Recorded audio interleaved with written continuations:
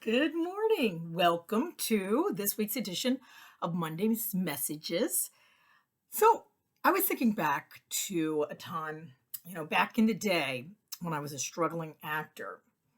I did, no actor uh, has just a acting role to begin with that, very few people ever start off where they go up there and immediately they're this amazing star and they're making all this money.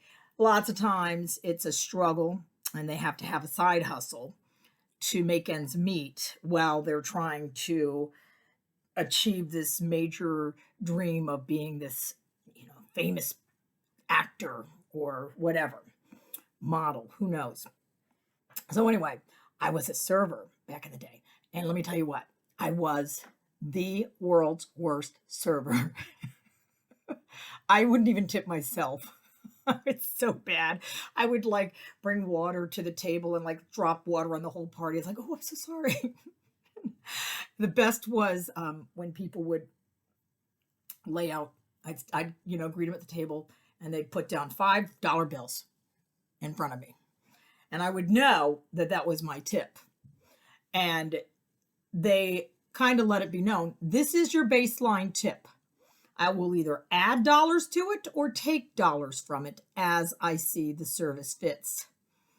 Needless to say, I would walk by and I would see them taking taking the dollars because, like I said, I was a terrible server. If they would have just asked me for what they wanted, I could do it. But rather than tell me directly what they wanted, I had to infer that they were unhappy with my service because they kept pulling dollar bills away and not adding dollar bills to it. So that brings me to my topic this week of being direct and not being afraid to ask for what you want and just settling for what you need. My birthday was June 14th, and my husband, he's in the heart of pandemic trying to keep his head above water. And of course, I'm having my birthday in the middle of a pandemic. So what the heck can you really expect? Maybe a little something, I even just like a gift, but I didn't get a gift. My husband raced out at the last second to get me a birthday card. I went out and purchased my own birthday cake. And my husband did make me a nice dinner and he said happy birthday, but I kind of had to help Liam put together light my birthday cake for me so he could bring it to me. And so I held this huge resentment at my husband. I'm like, okay, well, June 14th isn't that far away from Father's Day. So payback will come on Father's Day for my poor birthday that I'm receiving. And I just kind of let it stew. That was equivalent of me taking my dollar. I'm going to take my dollar back, and I'm not going to tell you. So Father's Day came, and regardless of what happened, I still gave him a decent Father's Day because really Father's Day, I didn't want Liam to suffer because that's his dad, and he gets to celebrate his dad, and he is a wonderful dad, and he is a wonderful person. However, I was very, very resentful of my birthday. So fast forward like a month later, we're driving in the car and we start having this heart to heart. And goes, is there something that you would like from me? What can I do better? What can I do better? And I was like, at first I was like, no, no, no, no, everything's fine. No, all's well, all's well. And he says, no, I can do better. I know I can. Tell me some things I can work on. And immediately I said, okay, you know what? I'm gonna put it out there. I was very disappointed on my birthday this year. And I explained the reasons that we just went over why I was disappointed and that I didn't feel, even just a Starbucks $10 gift card would have been nice to have just as an acknowledgement on my birthday. I play more into my birthday than I should, I know. But anyway, I like to get gifts. And I'm not going to lie, I love to get gifts. And when we were dating, my husband used to give us gifts all the time. And that had stopped. And in fact, I remember when I first started dating my husband, before I started dating my husband, I had gotten out of this really, really toxic relationship that was verbally abusive, and it was just bad all around. And I was stuck in this entanglement for 3 years, going, I called it doing the dance of death with this guy. And finally, I escaped out, and I realized that I needed to do some work on myself, or else I was going to keep attracting this type of man to me. And my sponsor told me that she goes, make a list of all the things you would like your future husband to be. I'm like, I don't, it's not going to happen. It's just not going to happen. And so I made a little list. I put it in, and she goes, okay, take that list, and I want you to put it in your top drawer. And one of the things I had on the list was buys me flowers just because. So I had decided that I was going to stop shopping for men in a 12-step recovery program because that didn't work out so well the last time. So I said, I'm gonna go on these dating sites, and I'm gonna find myself a good, normal guy who is not in 12-step recovery. So I go and I find I'm on like Match.com. I did like a free trial for Match.com at the time. And I still was a struggling actor. I had no money.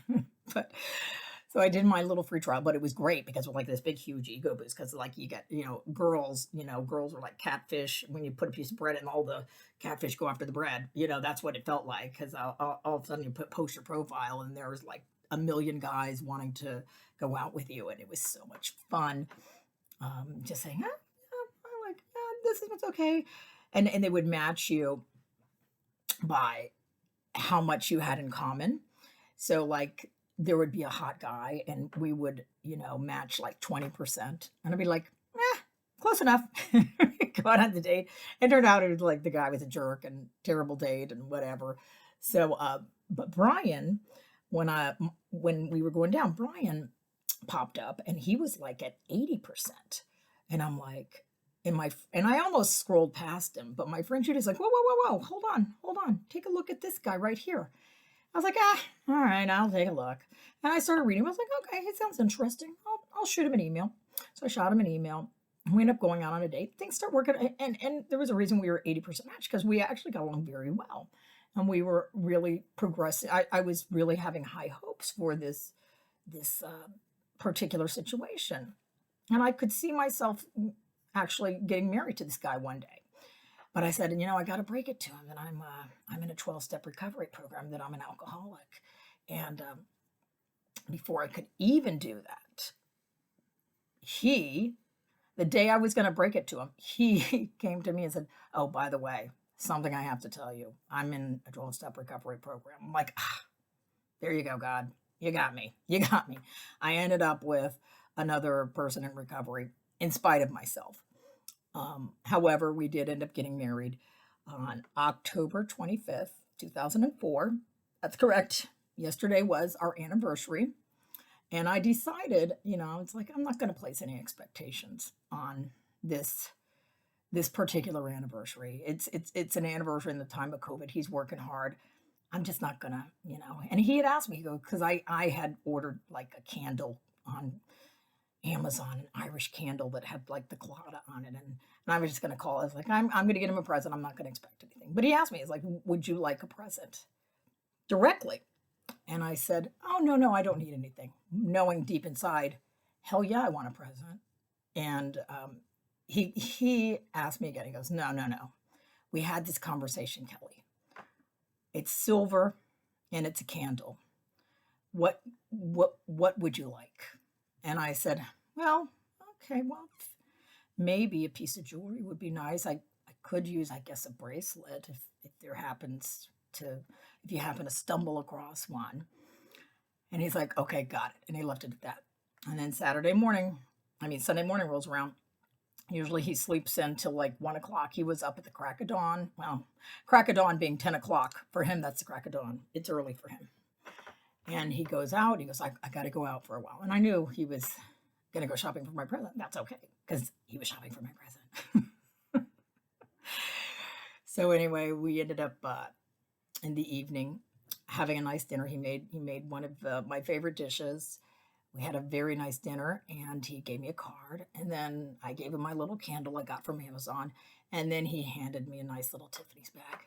And I opened it up and there was this beautiful Tiffany's bracelet. And that meant the world.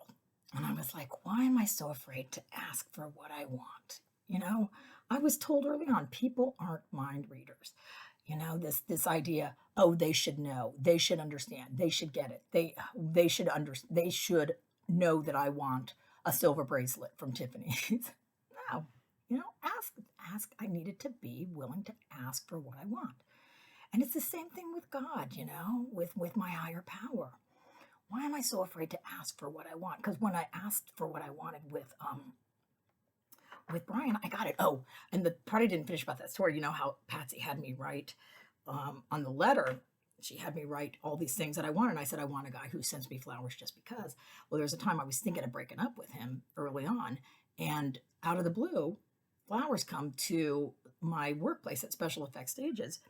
And then on the card, as I opened it, it said, to Kelly from Brian, just because. And I was like, oh, did you read were you in my drawer? He's like, what are you talking about? He's like, I just felt like sending you flowers. And I'm like, ah. So there was a sign. I was like, okay, this guy is going to be my lifelong mate and companion and best friend and, you know, love of my life. And he has been. And it's, you know, why would God give me any less than what I asked for? You know, I've come to understand, you know what, my God truly wants me to be happy, joyous, and free today. That's all he wants from me. And if I'm not afraid to ask for what I want, I can ask for what I want. Now, whether he gives it to me or not, that's on God. Because I was told that God's got 3 answers to my prayer request. Yes, no, not yet. I love you too much. No, it's yes, not yet, or no, I love you too much. That's what it is.